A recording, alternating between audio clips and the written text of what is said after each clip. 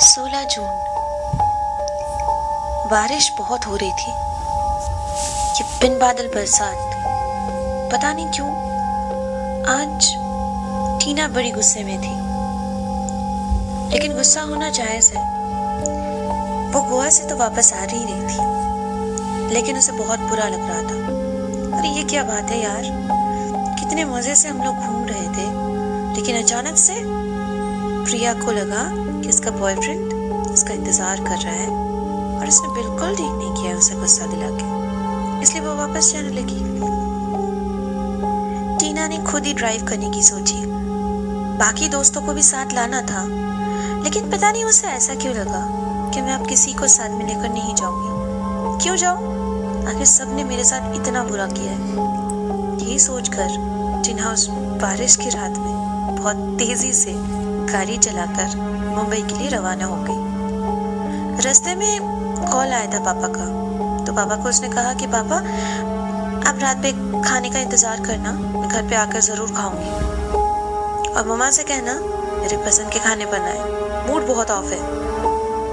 पापा हंसने लगे और कहने लगे फिर से झगड़ा कर लिया ना तूने, पता था तेरा गुस्सा हमेशा नाक पे रहता है। पापा गुस्से की बात नहीं है। अच्छा ठीक है, तू ठीक ठाक से धीरे धीरे गाड़ी चला के घर की तरफ आ।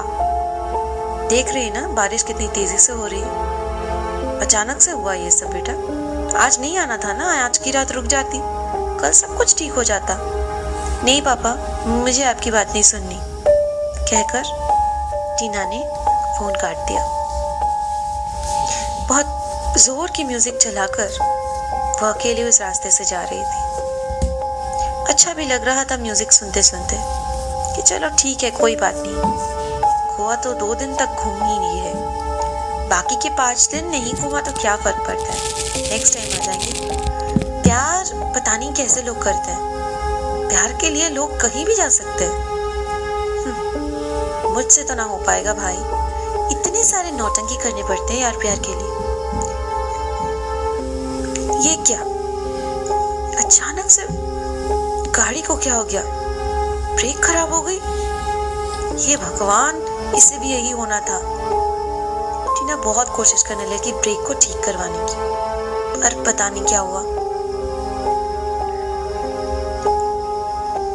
गाड़ी के कुछ देर के बाद रुकने पर टीना गाड़ी से उतर गई और टीना सीधे निकल कर देखने लगी कि आखिर हुआ क्या है, पर उसे कुछ समझ में नहीं आया। इस सुनसान रास्ते पे, इसी जंगल में तुझे खराब होनी थी, अब मैं कहाँ जाऊंगी? ये सब कुछ अकबर यहाँ बोलती जा रही थी टीना। फिर अचानक उसे लगा मदद के लिए थोड़ा तो आगे जाना ही होगा। यही सोचकर वो आगे बढ़ने लगी। रास्ते में उसे कुछ दूर से लाइट जलती हुई देखी। क्या करेगी ये सोच में मदद के लिए इधर उधर देखने पर उसे एक बंगलो दिखा। लाइट्स ऑन देखकर वो बहुत खुश हुई, मतलब कि इस घर में कोई ना कोई तो रहता है, मैं मदद मांग ही सकती हूँ। पास आने पर उसे पता चला कि सिर्फ वो बंगलो नहीं, उसके आसपास और भी छोटे छोटे और बंगलोज हैं। अच्छा जी, इसका मतलब ये है कि लोग यहाँ पे बंगलोज बनाकर छुट्टियां मनाने आते हैं। वो होता है ना मिनी बंगलोज टाइप। ओके, कोई बात नहीं, अच्छा हुआ मेरे लिए, मैं यहीं पे रह लूंगी आज की रात। यही सब सोचकर वो धीरे धीरे आगे बढ़ने लगी। उसने आगे बढ़कर एक बंगलो का बेल बजाया। दरवाजा एक आंटी ने खोली। आंटी उसे देखकर थोड़ा चौंक गई, बारिश में भीगी हुई, और फिर हाथ में बस एक पर्स और कुछ नहीं। आंटी को देखकर टीना बोली, आंटी मेरी गाड़ी ना वहां पे खराब हो गई है, मैं मदद के लिए आपके पास आई हूँ, मुझे बस थोड़ा सा टाइम दीजिए, मैं अपने पेरेंट्स को कॉल करके बुला लेती हूँ, लेकिन फिलहाल मुझे अंदर आने दीजिए, बाहर बहुत बारिश हो रही है। आंटी बहुत अच्छी निकली। पूरी बात सुनने के बाद उन्होंने उनसे अंदर बुला लिया। अंदर आई तो टीना को पता चला सिर्फ वो आंटी नहीं, घर वाले भी बहुत अच्छे हैं। घर वाले मतलब अंकल है, एक दादी है, अंकल की मम्मा, और है उनका बेटा सुदांत। सुदांत उससे कुछ साल बड़ा है, बातों बात में पता चल गया। बहुत ही हैंडसम, बहुत ही अच्छा लड़का है। पता नहीं टीना को उसे देखते ही क्या हो गया, मन ही मन कहने लगी मुझे ये सब क्यों फील हो रहा है, इसके लिए ऐसा अजीब सा महसूस क्यों हो रहा है। क्या यही सब बातें मेरी सहेलियां करती हैं? क्या पहली नजर में प्यार हो जाता है? पता नहीं ये सब कुछ सोच सोच कर टीना के दिमाग में क्या क्या घर बैठा। बातों बातों में उसने बहुत सारी बातें बोली कि वो एमबीए कर चुकी है, वो बिजनेस करती है, अपने पापा का बिजनेस संभाल रही है। सुदान ने भी बताया कि वो एलएलबी कर चुका है और वो अब कुछ ही दिनों में वकील बनकर अदालत में ही रहेगा। उसे काले कोट से बहुत बहुत ज्यादा प्यार है। घर वाले बहुत अच्छे थे, उन्होंने टीना को डिनर भी ऑफर कर दी। डिनर खाकर सब सोने के लिए रेडी हो गए। टीना ने एक बार कहा, सुदांत, अगर तुम्हें कोई प्रॉब्लम ना हो, मैं तुम्हारे मोबाइल से अपने पेरेंट्स को कॉल कर सकती हूँ? सुदांत मान गए फौरन। हाँ बिल्कुल, अब तक तुम्हें कॉल कर देना चाहिए था यार। हाँ वो तो है, लेकिन मैंने सोचा कि कुछ सोचने वाली बात नहीं है, फौरन कॉल कर, ये लो फोन। टीना ने घर पे फोन किया और फिर उसने घर वालों को बता दिया कि कल सुबह भैया को भेज देना प्लीज, मैं उनके साथ ही जाऊंगी। यहाँ अभी रात को घर से नहीं निकल सकती, बाहर बहुत बारिश हो रही है ना पापा। पापा ने कहा ठीक है बेटा, अच्छा किया तूने, मैंने इसीलिए कहा था कि आज की रात रुक जाओ वहां पे। बोलकर पापा ने अच्छे से रहने के लिए कहा और फिर फोन काट दिया। पूरी रात टीना सोए सोए सोचती रही कि सुदांत के बारे में अपने पेरेंट्स को जाकर बताएगी। शायद वो मान भी जाए इस शादी के लिए। हाँ, एक ही दिन में प्यार, अब वो भी अपने सहेलियों को बता सकती है कि फर्स्ट साइड लव होता है यार। मैं गलत थी, मान गए। यही सब सोचकर खुश होकर वो धीरे धीरे सो गई। सुबह डोरबेल बजी। सुबह के करीब 8 बजे सुदान दौड़ा अपने दरवाजे खोलने के लिए दरवाजे के पास गया। दरवाजा खुलते ही उसने देखा कि बाहर एक पुलिस और साथ में एक आदमी खड़ा है। उसने कहा जी बताइए। पुलिस ने कहा आपका नाम सुदांत है? जी। कल यहाँ एक लड़की आई थी? जी हाँ। अभी भी है वहां पे, अंदर है? अच्छा, उनका नाम टीना है? जी उनका नाम टीना है। ये उनके बड़े भाई हैं, कह के पुलिस वाले ने साथ खड़े हुए आदमी को दिखा दिया। सुदान ने कहा ओ हाय भैया, आप ही के बारे में टीना कल रात बहुत सारी बातें कर चुकी है। आइए, hello, nice to meet you, अंदर आइए प्लीज। वो आदमी अजीब तरीके से सुदान को देखने लगा और कहने लगा टीना यहाँ पे है? हाँ, टीना अंदर है, सो रही है। मम्मा कहकर सुदान अंदर की तरफ जाने लगा। उसकी माँ बाहर आई और पूरी बात सुनने के बाद उन्होंने भी कहा बेटा चिंता मत करो, मैं अभी उसे बुला देती हूँ, बड़ी प्यारी बच्ची है। इतनी प्यारी बच्ची ना मुझे बहुत अच्छी लगी, रुको 1 मिनट, मैं अभी उसे बुला कर लाती हूँ। वो बुलाने के लिए सीढ़ियों से ऊपर जाने वाली थी कि अचानक उस आदमी ने कहा, रुकिए। सुदान की माँ रुक गई, पीछे मुड़ी तो उस आदमी ने कहा, मेरा नाम अनिल है, मैं टीना का बड़ा भाई हूँ।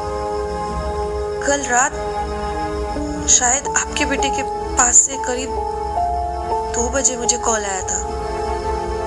टीना ने कहा पापा को कि मैं उसे लेने आ जाऊं। सुबह वैसे ही आया हूं, लेकिन रास्ते में आपके घर से करीब 5 या 6 किलोमीटर पे खाई में एक गाड़ी मिली है और उस गाड़ी में एक लाश मिली है।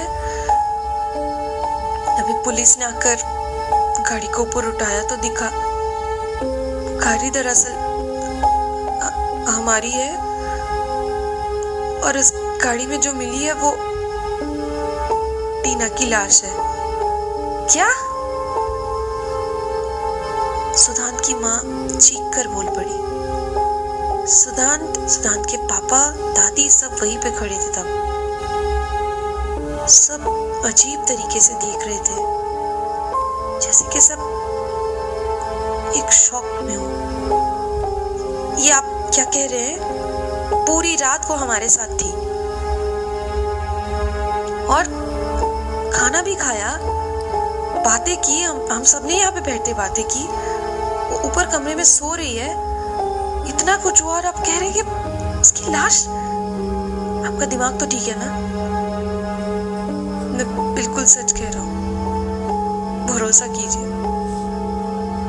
यकीन नहीं है तो जाकर देख लीजिए। मुझे कुछ खुद ही समझ नहीं आ रहा है। अगर वो कहीं पे गिरने से इतनी बुरी तरीके से उसकी मौत होती है तो वो कॉल कैसे कर सकती है, बात कैसे कर सकती है? और यहाँ से निकलकर वो गाड़ी चलाकर तो वापस नहीं जाएगी, क्योंकि वो तो उल्टे साइड में है।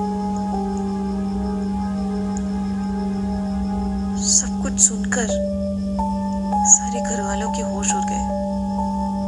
सबने सच में वहां जाने की सोची और वहां जाने पर सच में वो सब कुछ दिखा।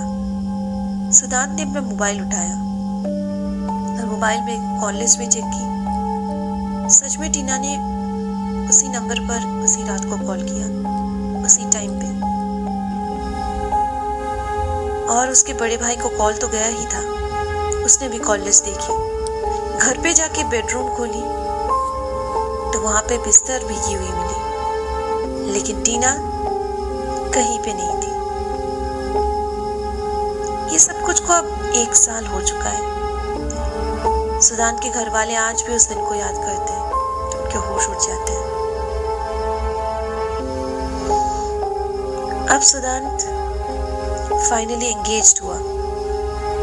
उसकी गर्लफ्रेंड उसकी फियांसे बन गई। बहुत प्यार करता है सुदांत उससे। सुदांत रात को बहुत खुश था। पार्टी खत्म होने के बाद आज उसे ऐसा फील हो रहा था कि सच में अब मुझ पे भी जिम्मेदारियां आ गई।